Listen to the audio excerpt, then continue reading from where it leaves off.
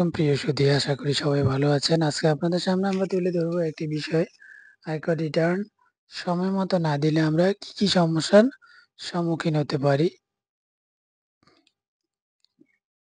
সবাইকে স্বাগত জানাচ্ছি আমাদের চ্যানেলের পক্ষ থেকে।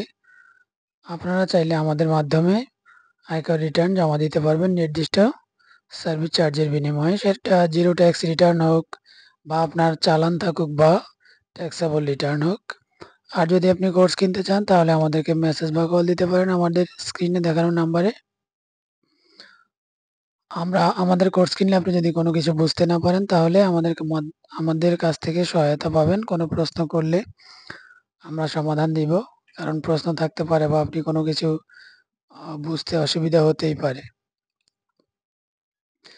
আয়কর রিটার্ন জমা দেওয়ার জন্য এনবিআর যে নির্ধারিত ওয়েব পোর্টাল চালু করেছে, এই ওয়েব পোর্টালে লগ ইন করে আপনি আয়কর রিটার্ন জমা দিতে পারবেন। এখন আয়কর রিটার্ন প্রতি বছর জমা দেওয়ার নির্ধারিত সময় থাকে ৩০শে নভেম্বর। মাঝে মধ্যে এনবিআর কর্তৃক বা সরকার কর্তৃক আয়কর রিটার্ন জমা দেওয়ার সময় বৃদ্ধি করা হয়। তো আমাদেরকে অবশ্যই সচেষ্ট থাকতে হবে যে নির্ধারিত সময়ের মধ্যেই যেন আমরা আমাদের আয়কর বিবরণী জমা দিতে পারি। এখন নির্ধারিত সময়ের মধ্যে জমা না দিলে কি সমস্যা? সমস্যা দুইটাই। আপনি হয় জরিমানার সম্মুখীন হবেন অথবা শাস্তির সম্মুখীন হবেন, অথবা আপনি জরিমানা এবং শাস্তি হচ্ছে মূলত কারাদণ্ড। তাহলে আপনি জরিমানা বা শাস্তি বা কারাদণ্ড উভয় দণ্ডে দণ্ডিত হতে পারেন। তাহলে আমাদেরকে কি করতে হবে? নির্ধারিত সময়ের মধ্যেই আমাদের আয়কর রিটার্ন জমা দিতে হবে, যেমন আমরা আমাদের আয় ব্যয় সম্পদ ও দায়ের স্বচ্ছতা বজায় রাখতে পারি প্রতি বছর।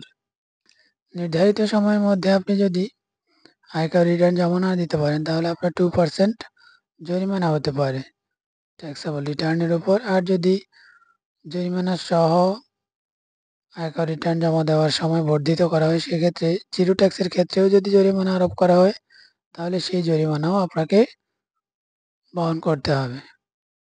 আয়কর রিটার্ন জমা দেওয়ার পর আমরা যেই পেপারসগুলো পাই, এই পেপারসগুলো আমরা ব্যাংক বা আর্থিক প্রতিষ্ঠানে জমা দিলে 15% সোর্স ট্যাক্সের স্থলে 5% সোর্স ট্যাক্স কর্তন করা হয়, আর 10% সোর্স ট্যাক্স কাটা হয়। তার মানে 5% ছাড় পাচ্ছি। যদি আপনার সোর্স ট্যাক্স 15,000 টাকা আসে, সেখানে আপনি 5,000 টাকা মাফ পাচ্ছেন। তাহলে সময় মতো আয়কর রিটার্ন না দিতে পারলে আপনি সময় মতো ওইসব প্রতিষ্ঠানে ডকুমেন্ট উপস্থাপন করতে পারবেন না, আর সেই ছাড়টাও গ্র্যাব করতে পারবেন না। তাহলে আমাদেরকে কি করতে হবে? নির্ধারিত সময়ের মধ্যে আয়কর রিটার্ন জমা দিতে হবে। ধন্যবাদ সবাইকে, ভালো থাকবেন। আমাদের চ্যানেলটিকে সাবস্ক্রাইব করে আমাদেরকে সাপোর্ট দিবেন।